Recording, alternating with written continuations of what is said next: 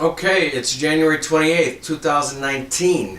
I'm Paul Power, bringing you Robert Nelson, reading from his book, Keys, Love Letters from God. And we are on number 50, and it is called Life. This is one of those letters that when God started it, when he was speaking through me, I'm sitting there thinking, oh my gosh, this is one thorny topic. How can nobody really even knows what life is? How can he, what's he going to do? What's he going to say?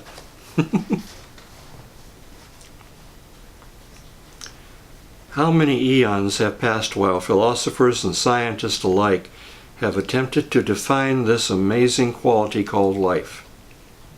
I see right there he's saying it's a quality. It's not a thing. It's not a... We think of it as a noun, but it's not a thing that you can control. It's a quality. Many people will tell you that life cannot be defined by the human mind. Life cannot be defined by any of you. It can and must be lived and experienced. Simply put, life is the grand celebration that I am. As such, it is my gift to you and to one another. This means all life is my gift, for it is me, incarnated. All life is worthy and of infinite value because I am. It is said that life is that which is self-aware. I am. And he puts those in capital letters. It is also said that life is able to procreate itself. The real procreation of life is in the sharing and celebrating of such. You see, my beloved, you and all that you know are me procreating myself. Capital S on self. So he's including the smallest atom, the greatest and furthest star, mountains, ground, trees, bushes, flowers, amoebas, paramecium, cats, dogs, horses, giraffes, lions, fish, birds. It's all him. How would you treat God? Think about it. How would you treat God? I don't think you'd try to take his life callously. I don't think you'd treat him as a beast of burden. If you knew that every dog or cat that's looking back at you is God, yourself looking back at you through their eyes, might make a difference in how you treat them. And so is every person walking this planet or any other planet.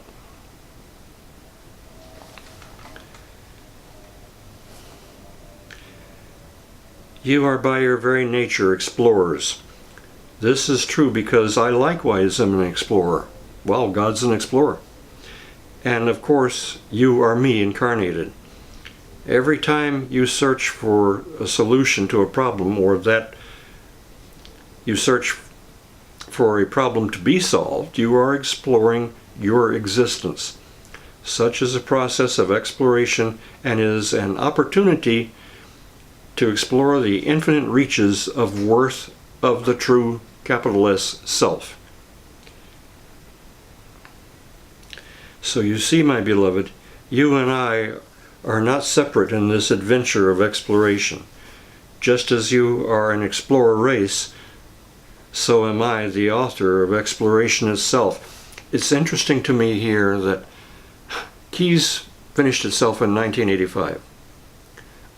I met Paul Power in about either 2001 or 2002.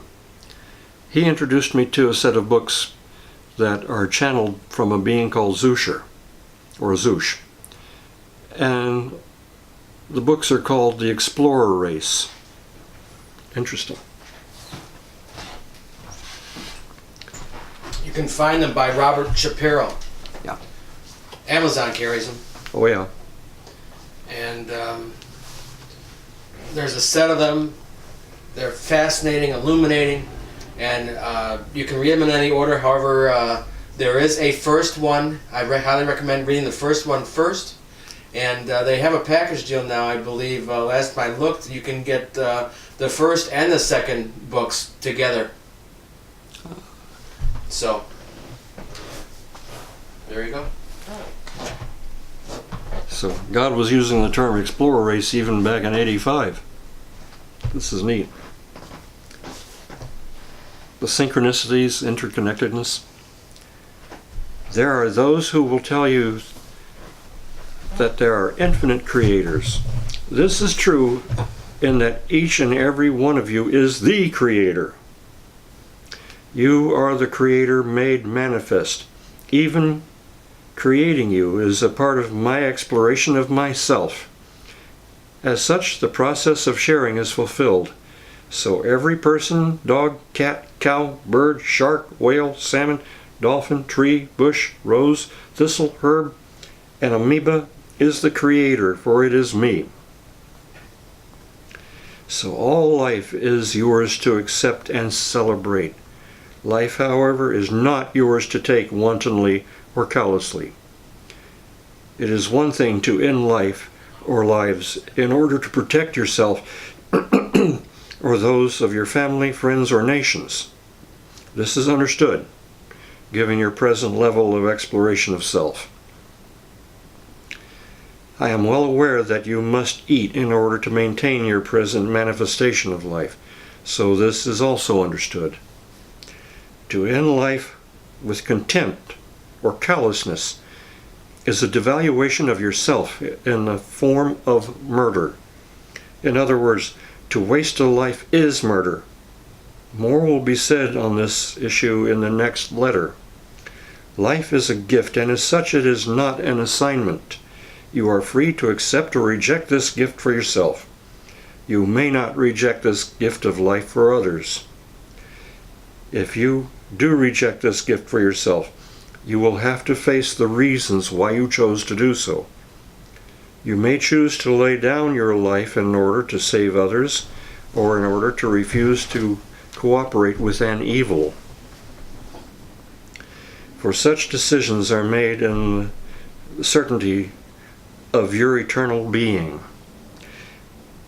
There are those among you who feel it is allowable to end one's life in the face of an ongoing and essentially fatal disease.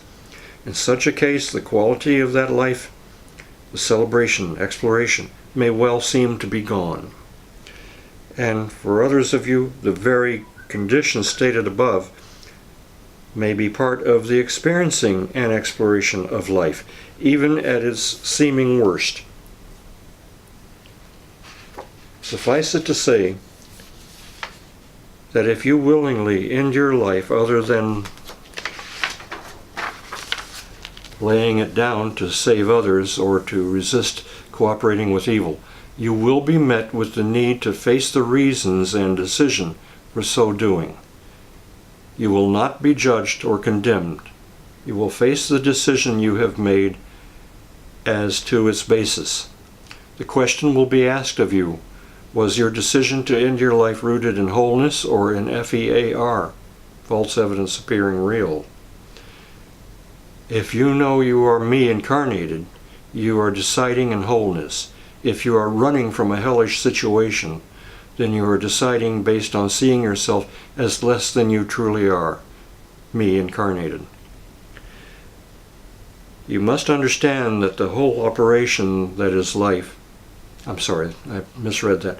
You must understand that the whole exploration that is life is the process of your finding out who you really are. This is the reason and celebration that is life. I offer you the celebration of my being, capital B on being, as your own. Such is the exploration of life in all of its manifestation. This you will share with all around you who will permit you to do so. For this is your nature, for it is my nature. This is the dance which is life. The greatest fear you have is that life might not be eternal, I invite you to lay that fear aside, as such is not the truth. I promise you that you are eternal, for I am eternal. You and I are one. All life is eternal, as am I. You see, I am not capable of creating a dead or dying multiverse. I am life. I create from whom I am. Though the nature of life changes, the identity of life is eternal. To you, my beloved, the Lord of the dance, celebrate God.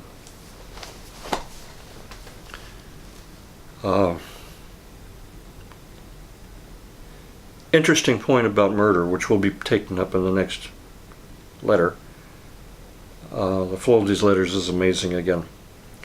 I guess that's it for this one.